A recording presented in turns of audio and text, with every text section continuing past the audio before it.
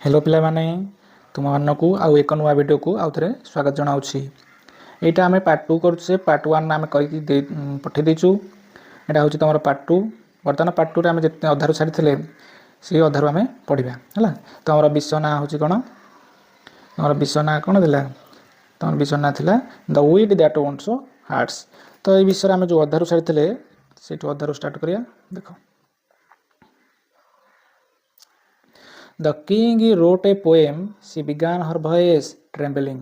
तो राजा घटना कौन घटी आमर कृष्णदेव राय राजा थे, विजयनगर राजा थे है। से गोटे गीत लिखुले है। राणी सहित किसी गोटे झगड़ा हो जाता। से झगड़ा विषय कि झगड़ाटा होता देख। The king wrote a poem she began her voice trembling. तो राजा कौन गोटे गीतटे लिखिते। She began her voice trembling. राणी स्वरटा को थरी थरी कौन गीतटा को गाइबा चेष्टा कले। It was a filled with vague expression. यहाँ कौन राणी जमी गीत गाइले अस्पष्ट भाव में गाइले, अस्पष्ट भावना देखिए गाइले। सूर्य चंद्र तारा एवं सुंदर आकाश। जमी मुझे तुमको कहि राम सीता सहित वन को गले, ताकि मन इच्छा कहि गले वन को सहित राम सीता अर्थ दब किसी सेन्स दौर कि but it made no sense. किसी भी अर्थ देला ना। When he tried reciting it to his minister. जिते राजा ताको मिनिस्टर मानू से गीतटा आवृत्ति करके शुणा चेष्टा कले। दे ऑल से माने समस्ते कौन कले अवॉइड हिमी कौन दूरे की पलैले। मेकिंग एक्सक्यूज छलना करके राजा दूरे की पलैले। It was late evening. या टिके डेरी राति संध्या हो जाता। व्हेन ही केम टू मी जिते से मो पाखक आसिले क्या पाक ये मी अथ किए राणी पाखक आसिले। गोटे संध्या था से राणी पाखक जाइए राणी पाखे गीत गायक। देख कौन घटना एमती घटना राणी सहित झगड़ा घटी जाए। तो it was late evening when he came to me. राणी कहते यहाँ अंधार राति हो गलानी। से जिते मो पाखक आसिले सिकिंग एंड ऑडियंस मो सहित देखा साक्षात करने को अनुरोध कले। सिकिंग एंड ऑडियंस ये फ्रेजर अर्थ है कौन मो सहित देखा साक्षात करने को अनुरोध कले। He began reciting it to me. से मत गीतटी को आवृत्ति कर शुणा चेष्टा कले। But I was so exhausted after a tiring day. क्लांत दिनटा एत दिनटा मोर क्लांत थिला। दिन जाक खटी खटी मु बहुत एग्जॉस्टेड हो जाइए। एग्जॉस्टेड अर्थ है कौन ना बहुत विरक्ति हो जाइए। दैट आई यर्नड एपरी क्लांत हो जाए। आई यर्नड मु हाई मारुली not once but several times. थरे नुहे बहुत थर कौन हाई मारुली। द किंग थॉट राजा भाविले I was disrespecting his poem. राजा भाविले तो ये जो हाई मारिया जो राजा भाविले कौन ना मुझे पोएम को गीत को डिसरेस्पेक्ट कर असम्मान जनाऊँ एंड स्टॉर्म अफ। राजा से रागी पलैले। सिंस देन से दिन ठारू ही हाज नॉट स्पोकेन टू मी। से दिन ठारू से मत कौन कथा कहले ना। टी देखिए मुझे अंडरलाइन कर दूसरी से मत कथा कहले ना। ये जाए पढ़ीगले। तापर इफ आई हाड नोन दिस वुड हैपन जदि मुझे जानी था जदि मुझे हबार जानी था I would have chosen another day ताले मु आउ गोटे दिन निश्चय बाछि था। Help me please Rama only you can help the king understand. तेणु राणी रामा को रिक्वेस्ट कर रामा मत दयाकोरी साहाଯ୍य कर। Only you can help the king understand. केवल तुम्हें ही राजा को कौन बुझाई चेष्टा कर राजा को बुझे पार है राणी कहते। तो नेक्स्ट बोलिबा है ये होती तेनाली रामा है। ये होती राणी आउ तांका भितर कौन चलती कन्वर्सेशन चलती कथबार्ता चलती। देख नेक्स्ट बोलिबा Rama nodded thoughtfully. Sorry Rama nodded thoughtfully. Rama गभीर भाव में मुंड हलैले। नडेड अर्थ कौन मुंड हलैया। If you like I will try my best to resolve this matter. Rama कहते इफ यू लाइक कौन कहते तुम्हें जदि पसंद कर ताहले I will try my best to resolve this matter. ताहले मु कौन करी ये घटनाटी को समाधान करने को मोर प्रचुर चेष्टा करी। योर हाइनेस तुम सपेक्ष बा तुम महानता सपेक्ष बा तुम्हें जदि तुम्हें पसंद कर मु कौन ये घटनाटी को समाधान करने को चेष्टा करी। But this needs a well planned approach. किंतु यहाँ कौन गोटे सुसंगठित योजना दरकार। वेल प्लान्ड अप्रोच होता कौन सुसंगठित योजना दरकार। And I may need time to find the right strategy. Tenali Rama कौन कहले तेनाली रामा कहले जे मु कौन किसी समय नहीं पारे to find the right strategy. Strategy अर्थ कौन सठिक प्लानटा पाइबा कहले मु किसी समय कौन टाइम नहीं पारे। The queen who had placed our last hope इन रामा। तेणु राणी जहाँकर शेष आशा क्या रखी रामा रखी एग्रीड राजी हेले। And thanked him profusely. Thanked him profusely अर्थ कौन गभीर भाव में कौन धन्यवाद देले क्या तेनाली रामा को किए देले ना राणी देले है। प्रोफ्यूजली अर्थ ये जो वर्डटा अच्छे प्रोफ्यूजली ये वर्डटा टी देखीद है। प्रोफ्यूजली वर्डटा देखीद। तापर देख the next morning the royal court was bustling with activity परदिन सकाଳେ କ'ଣ ହେଲା ନା द रॉयल कोर्ट ଅର୍ଥାৎ ରାଜପ୍ରସାଦ वाज बस्टलिंग विथ एक्टिविटी ଅର୍ଥ କ'ଣ ବଷ୍ଟଲିଂ ୱାର୍ଡ଼ଟା ଦେଖ ବଷ୍ଟଲିଂ ଅର୍ଥ ହେଲା ବିଜି ବା ଗହଳି ପରିପୂର୍ଣ୍ଣ ଥିଲା କାର୍ଯ୍ୟକଳାପରେ ପରିପୂର୍ଣ୍ଣ ଥିଲା ବା ବିଜି ଥିଲା କିଏ ଥିଲେ ରାଜପ୍ରସାଦରେ ଦେଖ ମିନିଷ୍ଟର ସ୍କଲାର ଆଣ୍ଡ କର୍ଟିୟର୍ସ ସ୍କଲାର ଅର୍ଥ ବିଦ୍ୱାନ ମିନିଷ୍ଟର ମନ୍ତ୍ରୀ ସ୍କଲାର ଅର୍ଥ ବିଦ୍ୱାନ ଏବଂ କର୍ଟିୟର୍ସ ଅର୍ଥ ରାଜପ୍ରସାଦର ଅନ୍ୟ ସଦସ୍ୟମାନେ କୋର୍ଟ ରୁମ୍ରେ ଥିଲେ ସେ ରାଜପ୍ରସାଦ ଥିଲେ rays of sunlight stream through the open windows ସୂର୍ଯ୍ୟ କିରଣ ଝରକାର ରଡ଼ ଦେଇକି ଝରକା ବାଟ ଦେଇକି ଝରକାର ଖୋଲା ଝରକା ଦେଇକି ଆସୁଥିଲା ଇଲୁମିନେଟିଂ ଦ ଫ୍ଲୋର ଇଲୁମିନେଟ୍ କ'ଣ ପ୍ରଜ୍ୱଳିତ କରୁଥିଲା ଦ ଫ୍ଲୋର ଚଟାଣକୁ ଯେଉଁ ଚଟାଣଟା କେଉଁଥିରେ ଆଡର୍ନ ହୋଇଥିଲା ସଜ୍ଜିତ ଥିଲା ୱିଥ୍ ଏକ୍ଜିକ୍ୟୁଟ୍ ରକ୍ସ ଥିଲା କ'ଣ ଏକ୍ଜିକ୍ୟୁଟ୍ ରକ୍ସ ଥିଲା ସୁନ୍ଦର ଗାଲିଚା ବା ସୁନ୍ଦର ମ୍ୟାଟ୍ ବି କହିପାରିବା ରକ୍ସ ଡେସ୍ପାଇଟ୍ ଦ ଲିଭ୍ ଚାର୍ଟର ଏଇ ଜୀବନ୍ତ କଥାବାର୍ତ୍ତା ମଧ୍ୟରେ ଫୁସୁରୁ ମଧ୍ୟରେ ଟେନସନ୍ ହଙ୍ଗ ଇନ୍ ଦ ଏୟାର କ'ଣ ପରିବେଶରେ ଏକ ବିଷାଦର ପ୍ରକୋପ ଖେଳି ଯାଇଥିଲା ଟେନସନ୍ ये जो रानी सहित जो झगड़ाटा होता the king sat on his ornate throne था कौन तांकर सुसज्जित थ्रोन राजसिंहासन में बसिले हिज एक्सप्रेशन स्टर्न वार्ड अर्थ कौन बहुत गंभीर था भावना बहुत गंभीर था his sharp eyes scanning the room तांकर तीक्ष्ण नजरटा कौन रूम आड़े नजर करता सबुआड़े नजर करता इट वाज एविडेंट दैट निश्चित था जे अन रिजल्ट क्वारेल स्टिल गंडाट हिमी जो समाधानटा है जो कलिटा समाधान है एबे मध्य तांको कौन करुच्ची विरक्ति करुच्ची एबे मध्य तांको से लूप रे कौन करुच्ची स्टक करके रखुच्ची से घटनाटा को कौन स्टक करके रखुच्ची तांको नेक्स्ट को जिबा देखो the court discussion was centred on तापर दिन सकाळे कौन हला सेमती राजप्रसाद आसिले राजप्रसादर सदस्य बसले मिनिस्टर आसिले स्कॉलर्स आसिले आ कोर्टेस लोक मैंने आसिले कौन है the court discussion was centred on improving paddy cultivation तो राजप्रसाद जो डिस्कशन था मेनली क्या सेंटर था क्या केंद्र था इंप्रूविंग पैडी कल्टिवेशन था कौन धान चाष केमती इंप्रूव कर वन बाय वन तेणु जड़े पर जड़े मिनिस्टर कौन कले मंत्री रोज टू प्रेजेंट देयर आइडियाज राजा पाखक से आइडिया देवाई ठिया सम सजेस्टेड एक्सपैंडिंग इरिगेशन नेटवर्क्स तेणु से मिनिस्टर मान मध्य केते जन छिड़ा ही कहले एक्सपैंडिंग इरिगेशन नेटवर्क धान चाष बढ़ाया हेले आमको इरिगेशन नेटवर्क कथा कौन जलसेचन व्यवस्था को बढ़ाया हेब जलसेचन व्यवस्था तुम मैंने भल भाव जानते अनेक प्रकार जलसेचन व्यवस्था अच्छी जेनिक स्प्रिंकलर जलसेचन व्यवस्था अच्छी डीच इरिगेशन सिस्टम अच्छी सब सरफेस इरिगेशन सिस्टम अच्छी तुम जानी गछ लगी गचर मूल जाकि पानी टोपा टोपा ही पड़ो है स्प्रिंकलर अर्थ है कौन वर्षा बिंदु बेला जाकि पानी बेला पड़ो तो इरिगेशन नेटवर्क तुम भल भाव जानी while others advocated for the better manner किंतु आउ अलग मिनिस्टर मैंने कौन मंतव्य देले ना मैनर गोबर खत को भल क्वालिटर गोबर खत दरकार एमईडी दी सजेशन यही प्रस्ताव गुड़िक मध्य एमईडी ये वाटा देखो एमईडी तो यही सब प्रस्ताव गुड़िक मध्य Tenali Rama stood quietly at the edge of the court Tenali Rama कौटी शांत भाव छिड़ा होते at the edge of the कोर्टर शीर्ष मुंड आड़क शेष धार आड़क observing everyone with amused smiley समस्त किपर निरीक्षण करते अम्यूज्ड स्माइली अर्थ कौन रहस्यपूर्ण हसरे कौन नजर करते नेक्स्ट को जावा ये देखिपो तुम समस्ते मैंने बसती है ये होती राजा ये होती तेनाली रामा है से कौन धरछन देख कौन धरछन नेक्स्ट को मत गेस करी कह कौन धरछन नेक्स्ट टाइम में पढ़िया नेक्स्ट चलो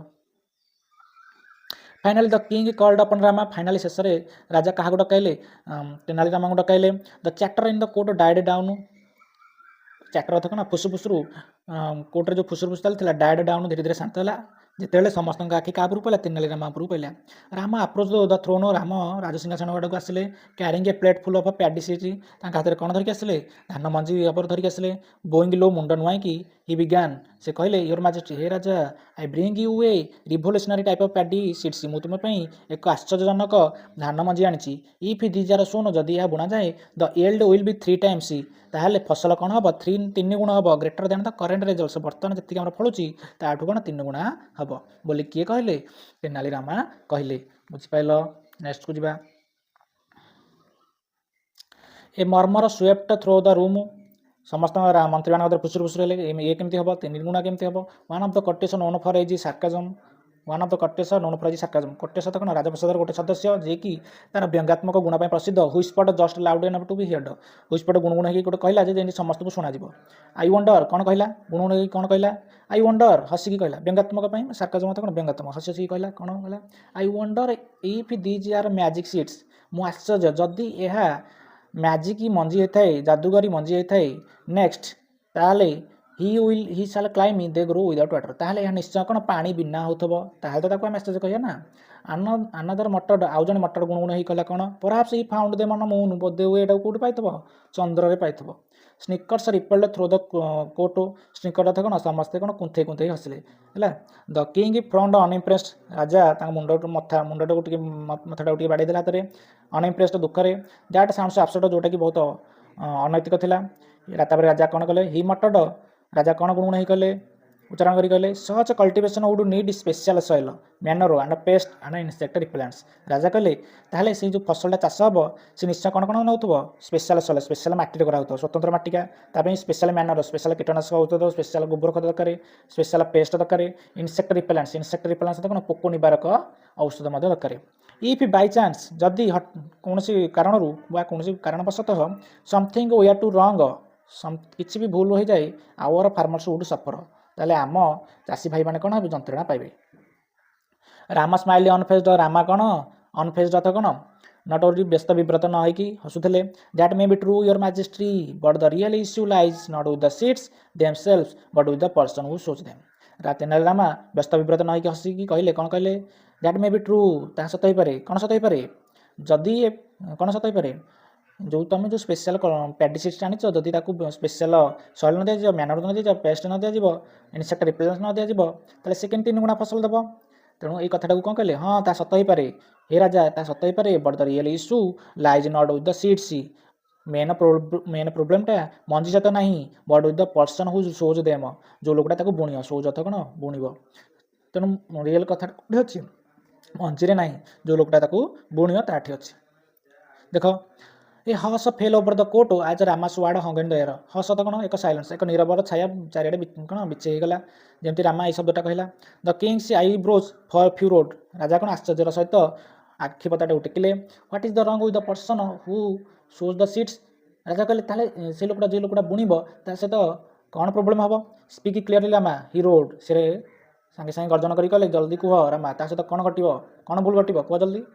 Rama glance around the court, Rama court ଚାରିପଟେ ଟିକେ କ'ଣ ନଜର ବୁଲାଇ ଆଣିଲେ। His sharp gaze meeting the sceptical eyes of the courtiers, ତାଙ୍କର ତୀକ୍ଷ୍ଣ ନଜର ମିଟିଂରେ ଥିବା ସନ୍ଦେହଜନକ ଲୋକମାନଙ୍କର ଉପରେ ପଡ଼ିଲା। If one were to seeds without proper care, ଯଦି କେହି ଜଣେ ଧ୍ୟାନର ସହିତ ଏଇ ମଞ୍ଜିଗୁଡ଼ା ନ ବୁଣେ, no one would reap a good harvest, ତାହେଲେ କେହି ବି ଭଲ ଫସଲ କ'ଣ ଲଗେଇ ପାରିବେ ନାହିଁ ବା କରିପାରିବେ ନାହିଁ। ଇ ସେଟା ରାମା କହିଲା, ପଜିଂ ଫର୍ ଏ ପେଟ୍, କିଛି ସମୟ ରହିକି କହିଲା, ତା କିଛି ସମୟ ରହିଲା, କହିସାରିଲା ପରେ କିଛି ସମୟ ରହିଲା। And what if the person had a habit of ୟର୍ନିଂ ହ୍ୱାଇଲ୍ ସୋଇଂ, ଯଦି ସେ ଲୋକଟାର ବୁଣିବା ସମୟରେ ହାଇ ମାରିବାର ଅଭ୍ୟାସ ଥିବ, would not the seeds scatter unevenly, ତାହେଲେ ମଞ୍ଜି ଗୁଡ଼ାକ କ'ଣ ଇଆଡ଼େ ସିଆଡ଼େ ହେବନି କି ଇଆଡ଼େ ସିଆଡ଼େ ବୁଣି ହେବନି କି ନାହିଁ। ସେ ରାଜାଙ୍କୁ ଏମିତି ମନ୍ତବ୍ୟ ଦେଲା। ସେ କ'ଣ ମନ୍ତବ୍ୟ ଦେଲା, ଯଦି ଜଣେ ପ୍ରପର କେୟାର ବିନା ମଞ୍ଜି ବୁଣିବ ନାହିଁ, ଆଉ ମଞ୍ଜି ବୁଣିବା ସମୟରେ ହାଇ ମାରିବାର ଅଭ୍ୟାସ ଥିବ, ତାହେଲେ ମଞ୍ଜି ଇଆଡ଼େ ସିଆଡ଼େ ହେବ କି ନାହିଁ। ସେ ରାଜାଙ୍କୁ ଏପରି ମନ୍ତବ୍ୟ ଦେଲା ଏବଂ ରାଜାଙ୍କୁ ପ୍ରଶ୍ନ ପଚାରିଲା। ଦ କୋର୍ଟ ଇରାପ୍ଟେଡ୍ ଇଣ୍ଟୁ ଲାଫ୍ଟର, ଏପରି କହିବା ପରେ କୋର୍ଟରେ ଥିବା ସବୁ ସଦସ୍ୟମାନେ ହସରେ ଗଦଗଦ ହୋଇ ଉଠିଲେ। ଦ ଆର୍ଲିୟର ସାର୍କାଜମ୍ ରିପ୍ଲେସ୍ଡ ବାଇ ଜେନ୍ୟୁଇନ୍ ଆମେଜମେଣ୍ଟ, ବର୍ତ୍ତମାନ ଯେଉଁ ହସଟା ବର୍ତ୍ତମାନ ଆନନ୍ଦରେ ପରିଣତ ହେଲା, ଆନନ୍ଦଦାୟକରେ ପରିଣତ ହେଲା। Even the king cut off guard, ଏବଂ ରାଜା ମଧ୍ୟ ଧରା ପଡ଼ିଗଲେ। ସାଇଡ୍ ଆଣ୍ଡ ଇନଷ୍ଟିକ୍ଟଲି ୟର୍ନଡ, ରାଜା ମଧ୍ୟ ଧରା ପଡ଼ିଲେ, କ'ଣ ଦୀର୍ଘ ନିଶ୍ୱାସ ନେଲେ ଏବଂ ପ୍ରାକୃତିକ ଭାବେ ହାଇ ମାରୁଥିବାର ଧରା ପଡ଼ିଗଲେ ରାଜା ଏହି ସମୟ ମଧ୍ୟରେ। କାହିଁକି, କାରଣ ଏଇ ଗୋଟେ ନର୍ମାଲ କଥା କହିଲେ ରାମା, ଯେ ଗୋଟେ ନର୍ମାଲ ଜ୍ଞାନ କଥା କହିଲେ, ତେଣୁ ରାଜା ମଧ୍ୟ ଧରା ପଡ଼ିଲେ ହାଇ ମାରିବାର। ରାମା ୱାଚ୍ ହିମ୍ କିନ୍ଲି, ଏହି ସମୟ ମଧ୍ୟରେ ରାମା ତାଙ୍କୁ କ'ଣ କରୁଥିଲା, ଧ୍ୟାନର ସହିତ ଦେଖୁଥିଲା। ଦେନ୍ କଣ୍ଟିନ୍ୟୁଡ୍, ଏବଂ ତାପରେ କହିଲା, ୟୋର ମାଜେଷ୍ଟି, ହେ ରାଜା, is there anyone in this world who does not yawn, ଏମିତି ଦୁନିଆରେ କିଏ ଅଛି ଯିଏ ହାଇ ମାରୁନଥିବ। ରାଜାଙ୍କୁ ପ୍ରଶ୍ନ କଲେ। ଇଟ୍ ଇଜ୍ ଏ ନ୍ୟାଚୁରାଲ୍ ଆଜ୍ ବ୍ରିଥିଂ, ଏହା କ'ଣ ଶ୍ୱାସକ୍ରିୟା ଭଳି ପ୍ରାକୃତିକ ଅଟେ। କିଏ କଲେ, ତେନାଲି ରାମା ତାଙ୍କୁ ପ୍ରଶ୍ନ କଲେ। ଦ କିଙ୍ଗସ୍ ଏକ୍ସପ୍ରେସନ୍ ସିଫ୍ଟେଡ୍ ଆଜ୍ ରିଏଲାଇଜେସନ୍ ଡନ୍, ତେନାଲି ରାମା ଯେକ୍ଷଣି ଏପରି ପ୍ରଶ୍ନ କଲେ, ରାଜାଙ୍କର ରିଏଲାଇଜେସନ୍ କ'ଣ ଲୋକଲୋଚନକୁ ଆସିଗଲା। ରାଜା ନିଜେ ନିଜେ ବୁଝିପାରିଲେ ହେଲା। ଡନ୍ ଅର୍ଥ କ'ଣ, ପ୍ରାପ୍ତ ହେବା, ଯେମିତି ଯେଉଁ ସତ କଥାଟା ବାହାରିବା ଲୋକଲୋଚନକୁ ଆସିବା। ତେଣୁ ରାଜାଙ୍କର ଭାବନାଟା କୁଆଡ଼େ ସିଫ୍ଟେଡ୍ ହେଲା, ତାଙ୍କର ଯେଉଁ ପୂର୍ବ କ୍ୱାରେଲ୍ ପ୍ରତି ସିଫ୍ଟେଡ୍ ହେଇଗଲା। His mind raced back to the quarrel, ତାଙ୍କ ମାଇଣ୍ଡ କେଉଁଠି ପଳେଇଲା, ଯାହାଙ୍କର ଯେଉଁ କଳି ହେଇଥିଲା ୱିଥ୍ ଦ କୁଇନ୍, ରାଣୀଙ୍କ ସହିତ ଯେଉଁ ଝଗଡ଼ା ହେଇଥିଲା, କ'ଣ ପାଇଁ ଝଗଡ଼ା ହେଇଥିଲା, ଏଇ ହାଇ ମାରିବା ଯୋଗୁଁ ଝଗଡ଼ା ହେଇଥିଲା। ଦେଖ, he remembered scolding her harshly for ୟର୍ନିଂ while he recited his poem, ସେ ମନେ ପକେଇଲେ ତାଙ୍କ ରାଣୀଙ୍କୁ କ୍ରୂର ଭାବରେ ଗାଳି କରିଥିବାର। କେଉଁଥିପାଇଁ ଆକ୍ଚୁଆଲି ଫର୍ ୟର୍ନିଂ while he recited his poem. ଯେତେବେଳେ ସେ ରାଜା ଗୀତ ଗାଉଥିଲେ ତାଙ୍କ ପୋଏମ୍ରେ ରାଣୀ ହାଡ଼ି ମାରୁଥିବାରୁ ତାଙ୍କୁ କ'ଣ କରିଥିଲେ, ଗାଳି କରିଥିଲେ। He realized how unfair he had been. ସେ ବୁଝିପାରିଲେ ଯେ ସେ କେତେ କ୍ରୁର ହୋଇପାରିଥିଲେ। If I had known that ୟର୍ନିଂ, ଯଦି ମୁଁ ଜାଣିଥାନ୍ତି ଦ୍ୟାଟ୍ ୟର୍ନିଂ was not a sign of disrespect. ରାଜା କହିଲେ ଯଦି ମୁଁ ଜାଣିଥାନ୍ତି ସେଇ ହାଇଟା, ରାଣୀ ଯେଉଁ ହାଇ ମାରିଥିଲେ ସେଇ ହାଇଟା କ'ଣ ଅସମ୍ମାନର ସାଇନ୍ ନୁହେଁ, I would not have taken her gesture so personally. ତାହେଲେ ମୁଁ ତାଙ୍କର ଏଇ ଯେଉଁ ଠାରଟାକୁ ପର୍ସନାଲି ନେଇନଥାନ୍ତି, ବ୍ୟକ୍ତିଗତ ଭାବେ ନେଇନଥାନ୍ତି। He thought regret feeling is thought. ସେ ରାଜା ଏପରି ଭାବିଲେ, ତାଙ୍କ ହୃଦୟରେ କ'ଣ ଦୁଃଖ ଥାଇ ଏପରି ଘଟଣା ଏଇ କଥାଟି ଭାବିଲେ ହେଲା। ନେକ୍ସଟକୁ ଯିବା। ନେକ୍ସଟ ଦେଖ, that evening the king approach the queen with a soft and expression. ତ ସେଇଦିନ ରାତିରେ, ଯେଉଁଦିନ ରାତିରେ ମିଟିଂରେ ସେ ବୁଝିପାରିଥିଲେ, ରିଏଲାଇଜେସନ୍ ହେଲା, ସେଦିନ ରାତିରେ କ'ଣ କଲେ, the king approach the queen, ରାଜା କାହା ପାଖକୁ ଗଲେ, ରାଣୀଙ୍କ ପାଖକୁ ଗଲେ, ୱିଥ୍ ସଫ୍ଟ ଆଣ୍ଡ ଏକ୍ସପ୍ରେସନ୍, କୋମଳ ଭାବ ନେଇକି ନେଇଗଲେ। ତାଙ୍କ ରାଣୀଙ୍କ ନାଁ ଥିଲା କ'ଣ, Thirumalambal. He began his voice gentle. ତାପରେ ସେ ତାଙ୍କୁ ଜେଣ୍ଟଲ୍ ଭଏସ୍ରେ କହିଲେ, ଆଇ ହାଭ୍ ବିନ୍ ଫୁଲିସ୍, ମୁଁ ବୋକା ହେଇଯାଇଥିଲି। I see now that I overacted, ବର୍ତ୍ତମାନ ମୁଁ ଦେଖିପାରୁଛି ଯେ ମୁଁ ବହୁତ ଓଭର୍ ଆକ୍ଟିଂ କରୁଥିଲି। I let my pride blind me, ମୋତେ ମୋ ଗର୍ବ ମୋତେ ଅନ୍ଧ କରିଦେଇଥିଲା। I am sorry. କ'ଣ କଲେ, ରାଜା ରାଣୀଙ୍କୁ ସରି ମାଗିଲେ।